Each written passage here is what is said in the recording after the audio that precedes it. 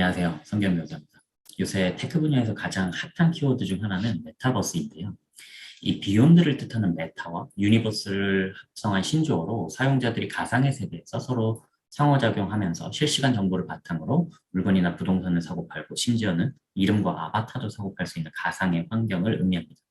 어쩌면 현실에서는 이루지 못할 꿈이나 플렉스를 가상 환경에서라도 하면서 대리만족하고자 하는 젊은 세대의 시대적 욕구가 결합돼서 더욱 더 큰 붐이 일어나고 있지 않나 생각이 드는데요.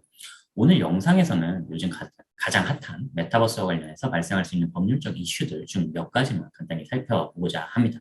메타버스 내에서의 사용자들은 보통 블록체인 기술과 디지털 가상화폐를 사용하곤 하는데요. 한편 요즘에는 블록체인 기술에 의해서 구현되는 다양한 대체 불가능한 토큰, NFT라고 하죠. 이 NFT들이 등장하고 있는데 이 NFT를 통해서 새로운 유형의 분산형 디지털 자산을 설계하고 소유형은 물론 수익화하는 것이 가능해지고 있습니다. 이 NFT는 각 토큰마다 별도의 고유한 인식값을 부여해서요, 상호 교환이 불가능하도록 만드는데, 이러한 특성으로 인해서 희소성이라는 개념이 적용되어 미술품이나 리미티드 에디션 제품 등 고유의 가치를 가지는 수많은 디지털 자산들이 모두 NFT가 될 수가 있습니다. 그리고 이 NFT는 각 제품마다 고유한 가치가 있고 각 제품별로 부여된 희소성에 따라서도 그 가치가 달라지기 때문에 경제를 이루는 핵심적인 요소가 될 수 있는 것이죠. 실제로 메타버스 내에서 사용자들이 현실 세계에서와 같이 소비, 생산, 투자 등 경제 활동을 하게 되는데, 만약 당신이 NFT를 가지고 있다면 그것들이 블록체인에 기록되고 이를 메타버스 내에 거래, 사용을 할 수가 있는 것입니다. 실제로 NFT를 이용해서 어떠한 디지털 자산을 토큰화하고 전자거래를 위한 소유권 전자 인증서를 만들 수도 있는 것이고요.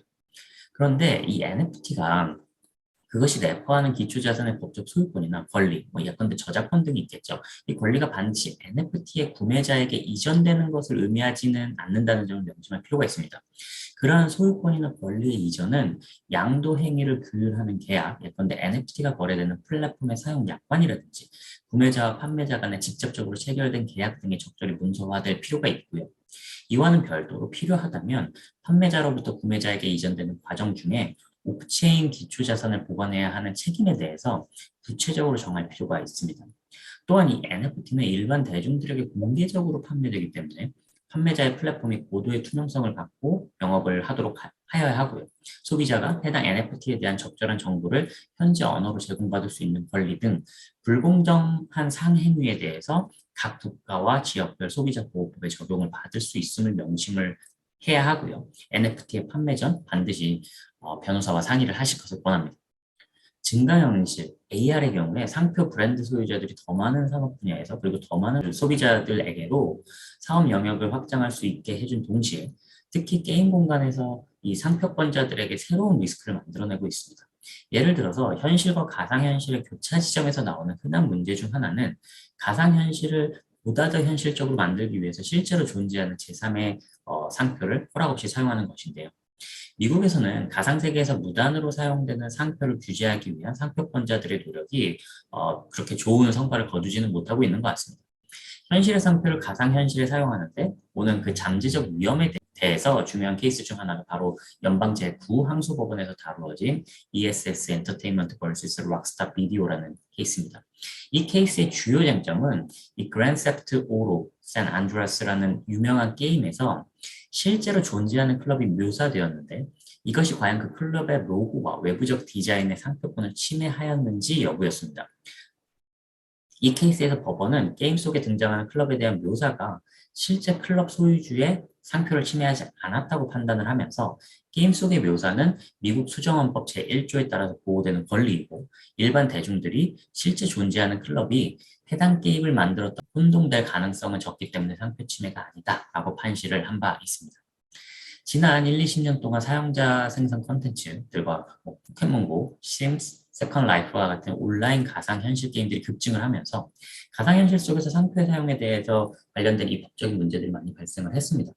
예를 들어서 대규모 멀티플레이어 롤플레잉 게임인 세컨 라이프는 사용자들이 자신만의 가상세계를 만들고 직접 지식재산을 개발 및 홍보를 할 수도 있고요. 수익을 위해서 자신 또는 다른 사람들의 브랜드 창작물을 판매할 수 있는 것도 허용을 하고 있습니다. 사용자들은 심지어 세컨 라이프에서 이 온라인상의 사업적인 영향력을 바탕으로 현실 세계에서 제품이나 서비스를 판매할 수도 있는데, 하지만 이런 기회들은 제3자의 상표의 무단 사용과 잠재적 브랜드 감소에 대한 리스크를 동반하기도 합니다. 예를 들어서 이 아바타들이 제3자에게 상표권이 있는 제품을 사고 팔 수 있기에 상표권자들은 이 가상 세계에서의 브랜드 사용의 위험성을 인지하고 있어야 할 필요가 있습니다.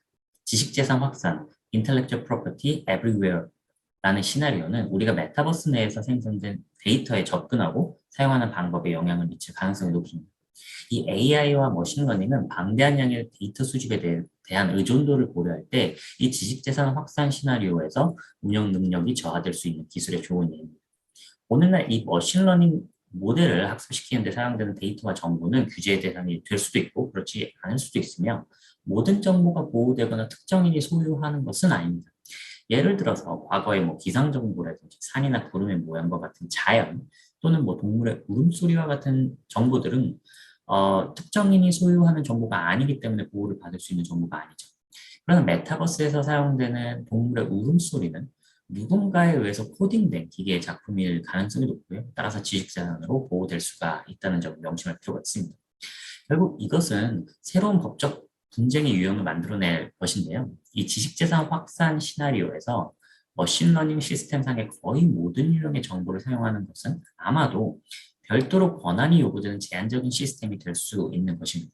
예를 들어서 우리가 저작권을 고려한다면 단순히 정보를 읽는 것은 규제되는 행위는 아니지만, 머신러닝 시스템이 작동하는 과정에서 일어날 데이터의 복사 또는 복제는 미국의 공정이요, 혹은 일본의 특정 머신러닝의 예외 규정, 유럽의 데이터 마이닝 예외 규정과 같은 관련 저작권법이 적용이 되게 될 것이고요. 앞으로 이러한 분야의 새로운 법률은 계속해서 진화를 할 것입니다.